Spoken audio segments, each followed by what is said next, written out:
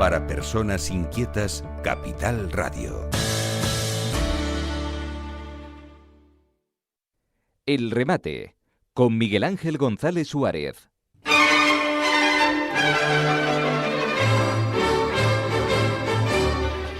Bueno, ayer Trump en una rueda de prensa decía respecto a Irán que la guerra está prácticamente terminada. Lo decía, yo lo escuché, pero no me convenció. No me convenció lo que dijo, porque después dijo también lo contrario e inmediatamente salió Irán diciendo que determinada nada. Bueno, tenemos con nosotros al profesor Eduardo Pintado. Buenos días. Buenos días, Miguel Ángel. A ver. Y buenos días a todos los radio oyentes. ¿Qué opinas sobre esto? Es que son muchas variables. Si empiezo con lo que tú acabas de decir, eso fue en un momento de muy pocas horas. Esa opinión, ¿qué causó esa, qué motivó esa frase que se ha hecho famosa hasta 24 horas de Trump, ¿no? Yo pongo encima de la mesa una, porque puede haber distintas. Es que a la 1 del mediodía el barril Brent estaba ya superando cotas inimaginables hace unos meses, casi los $120. Eso tuvo un efecto rebote en la bolsa en Nueva York, en Europa, en Tokio, en fin, en Asia, terrible. O sea, además en distintos foros se ponía encima de la mesa que podría llegar a los 140, 150. Esto podía ser una auténtica catástrofe, no en los sitios de la guerra, sino fuera, o sea, en Europa, en la economía occidental. Y eso podría tener unos daños irreparables, aparte de sus vertientes políticas, ¿no? Después, justo una hora después, tuvo una conversación de 1 hora ¿Con Putin? Con Putin. Sí, señor. O sea, situémonos, 125 dólares barril, 1 hora hablando con Putin. Con Putin, y 2 horas después sale el comunicado de que la guerra estaba acabando. Fíjense lo absolutamente caótico que es para un analista dar una opinión concreta sobre algo tan difícil de analizar. Entre las 11 de la mañana y las 5 de la tarde, o sea, en 5 horas cambió el panorama de una forma fundamental. Resultado, a las 6 de la tarde el barril otra vez a $89. Con lo cual, tanto bolsa como economías de Europa Occidental, como la Unión Europea, se tranquilizaron. Todo eso fue en 5 horas, ¿no? Claro, esa es una variable. Esa es una variable para analizar que nos daría horas. Sobre todo dentro de ese espacio, dentro de ese corto espacio de tiempo, para mí lo más fundamental, que ya habiendo leído la prensa, tú sabes que yo me fío mucho de la prensa alemana, ¿no? Y de las pocas fuentes de las que yo dispongo, que son poquísimas, ¿no? No ha trascendido exacta, puntual y concretamente de qué se habló, cómo se habló, en qué términos se habló, qué consecuencias puede haber de esa discusión que hubo entre Putin y Trump. Lo que sí sabemos es el efecto inmediato que tuvo esa conversación. Yo le doy muchísima importancia, porque ese eje, el análisis de ese eje bipolar entre Trump y Putin es esencial, vital para entender todo lo que está ocurriendo. ¿Por qué? Bueno, una de las consecuencias de la subida del barril Brent, ¿no?, era que una de las potencias exportadoras que más se beneficiaba en estos momentos, en estos días, era Rusia, porque quedaba prácticamente como una de las únicas, no la única, una de las únicas grandes potencias exportadoras que podía poner en el mercado inmediatamente enormes masas de reserva con unas colosales ganancias en cuestión de días para el tesoro. Me refiero a la hacienda rusa, con todas las consecuencias que eso a su vez tiene en fortalecer a Rusia en el tema del conflicto con Ucrania, ¿no? ¿Qué se habló en esa conversación? ¿En qué términos se habló? ¿Qué acordaron?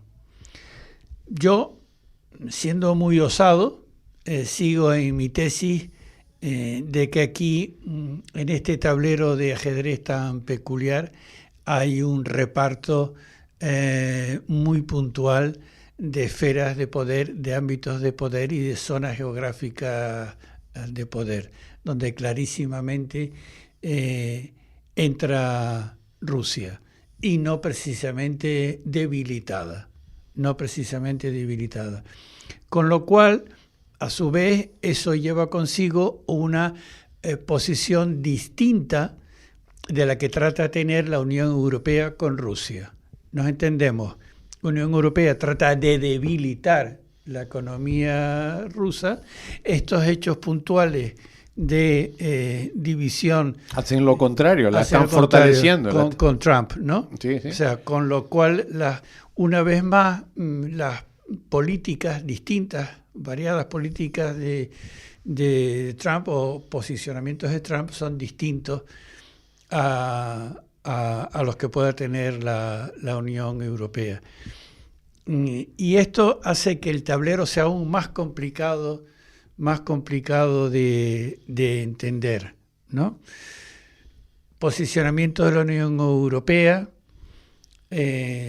ataques pequeños, muy pequeños, de Irán a zonas fronterizas de la Unión Europea, como puede ser Chipre, y también en Turquía, miembro de la OTAN, con lo que todo este mapa, si uno lo ve, es realmente complicado estos días.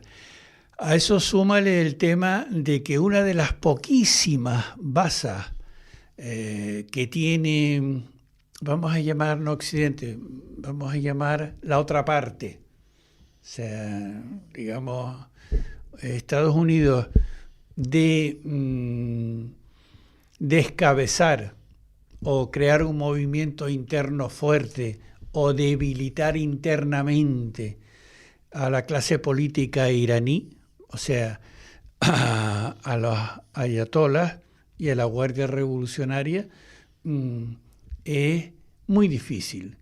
Pero de las pocas opciones que habría de desestabilizar por dentro el régimen iraní es, si nos situamos, todos los radio oyentes tienen cerca un mapa en la frontera norte con Turquía, en el Kurdistán, es provocar, ayudar un levantamiento kurdo colosal, importante, con lo cual le crearían un problema en el flanco norte interno a Irán.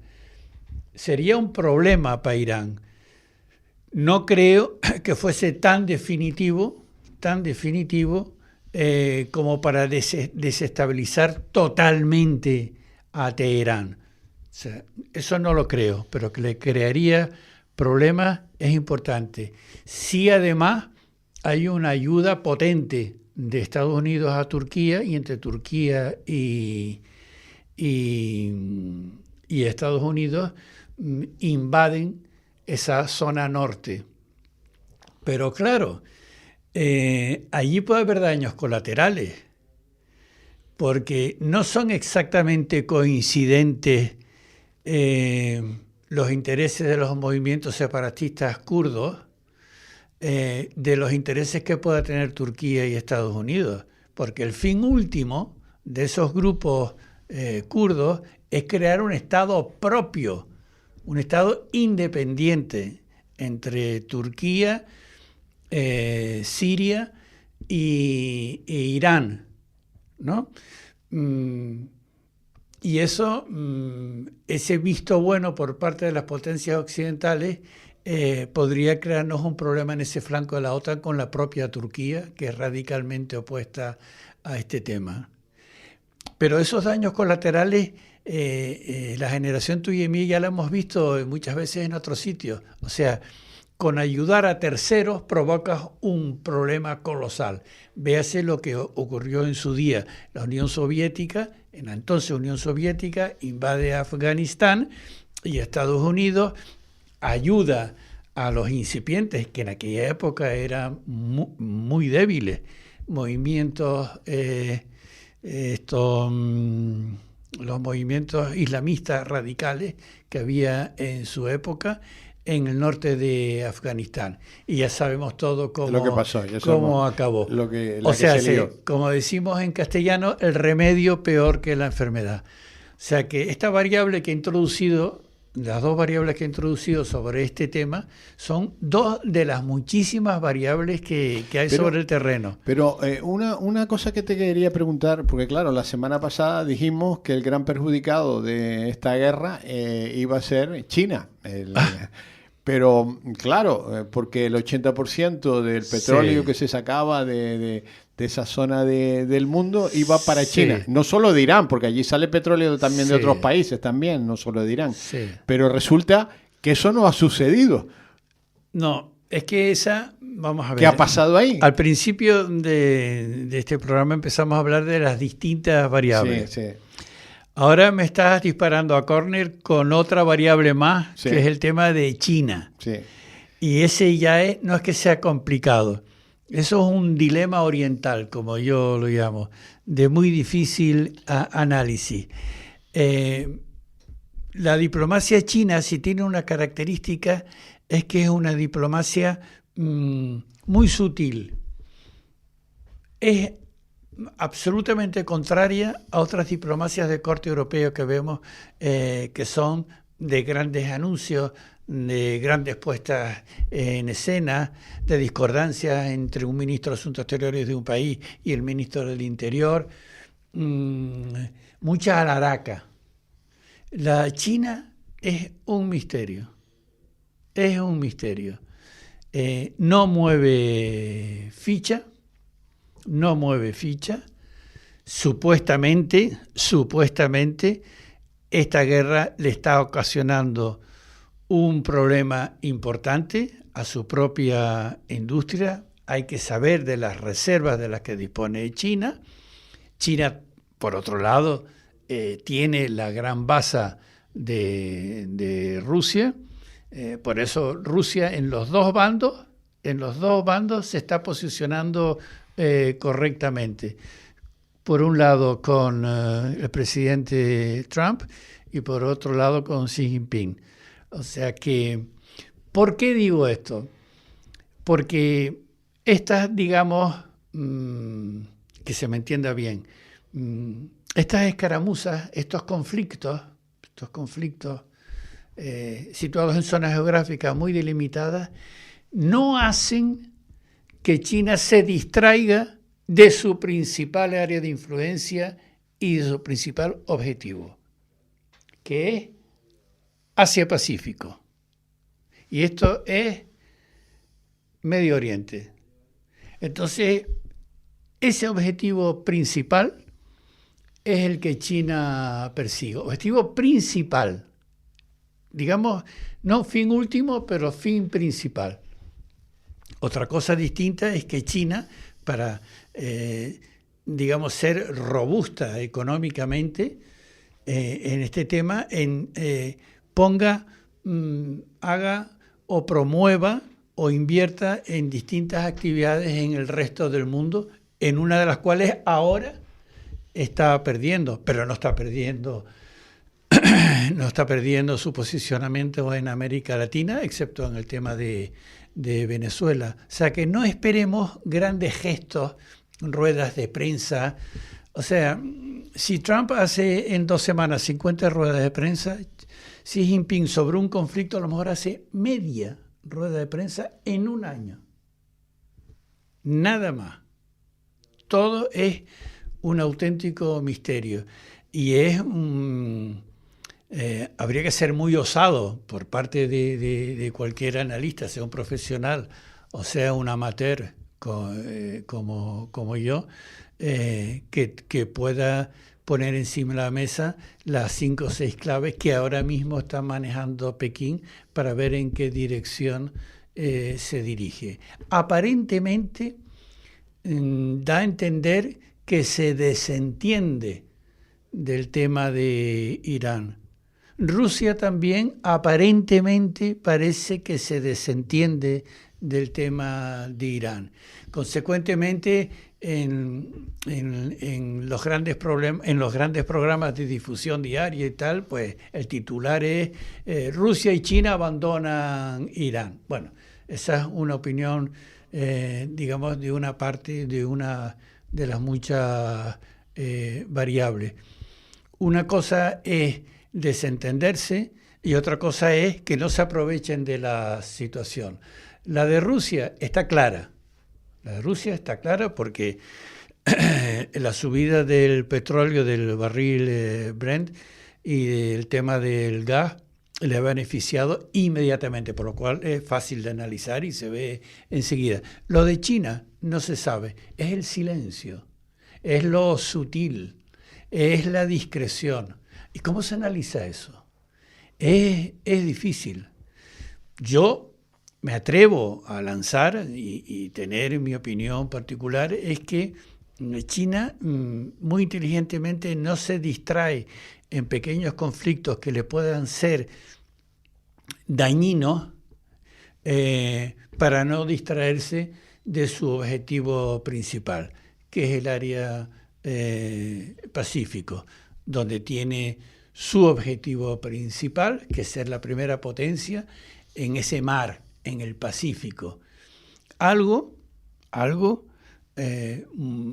parecido a lo que en su día creó el gran conflicto de la Segunda Guerra Mundial, cuando la China de aquella época era Japón. Ahí es donde se juega el partido de verdad.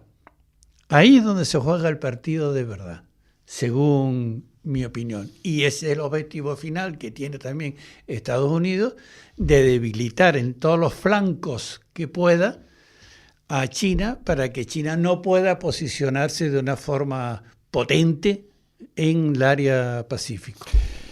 ¿Crees que terminará la guerra pronto, la guerra con Irán? Yo creo que sí. Yo creo que sí. ¿Llegará a un acuerdo Irán con Estados Unidos? Sí, yo creo que sí. Pero esto va a ser... esto va a tener unas características como la que hubo hace 2 meses, que fue el primer round de este match de boxeo, cuando los primeros ataques americanos e israelitas a Irán. En este caso, llevamos... entre comillas, porque, en fin, utilizar este verbo es triste, ¿no? Se van a conformar con haber destruido toda la marina iraní, todas las infraestructuras, las más importantes, y dejar el país sumido en la más absoluta y total pobreza e indigencia, ¿no? Pero de eso a que caiga el régimen de Irán, no lo veo. De eso a que haya un proceso electoral democrático en Irán, de ahí que en Irán emerja una república al estilo de las repúblicas y los países de Europa occidental, no lo creo. Y sobre todo, tú sabes que yo miro siempre con el retrovisor para atrás, no solamente para adelante, ¿no? Y esa zona del mundo es conflictiva desde hace 100 años, desde la conclusión de la Primera Guerra Mundial y la caída del Imperio Turco,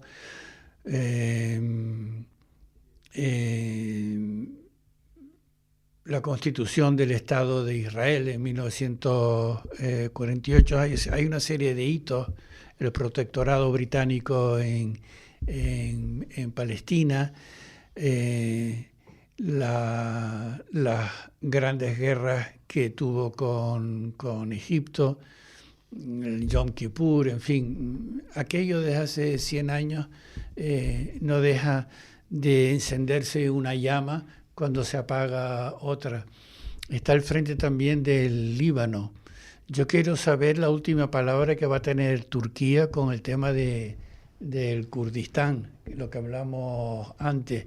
O sea, que el que se acabe el conflicto con un debilitamiento importante de Irán no quiere decir que vayan a acabar los conflictos en esa parte del mundo. Y lo que ya nos hemos dado cuenta los europeos, que eso puede tener unas repercusiones brutales, directas, sobre nuestra propia economía, nuestro propio bienestar y nuestros propios ciudadanos. Después, además, salió ayer el presidente Macron. Macron está jugando de una forma formidable, está jugando sus bazas de esa filosofía histórica de la grandeur de Francia, ¿no? Le Petit Napoleón Chu, ¿no? Él tiene unos enormes conflictos internos. ¿Desde cuándo, Miguel Ángel, no oyes tú hablar? Que hasta hace 6 meses era todos los días, que hay un presidente, sube un presidente, que hay un presidente, sube un presidente. Era una inestabilidad política brutal. Hace meses que ya no se habla de eso. En Francia. Porque ahora se habla nada más que de la expansión y de la grandeur. La grandeza y el posicionamiento de África, de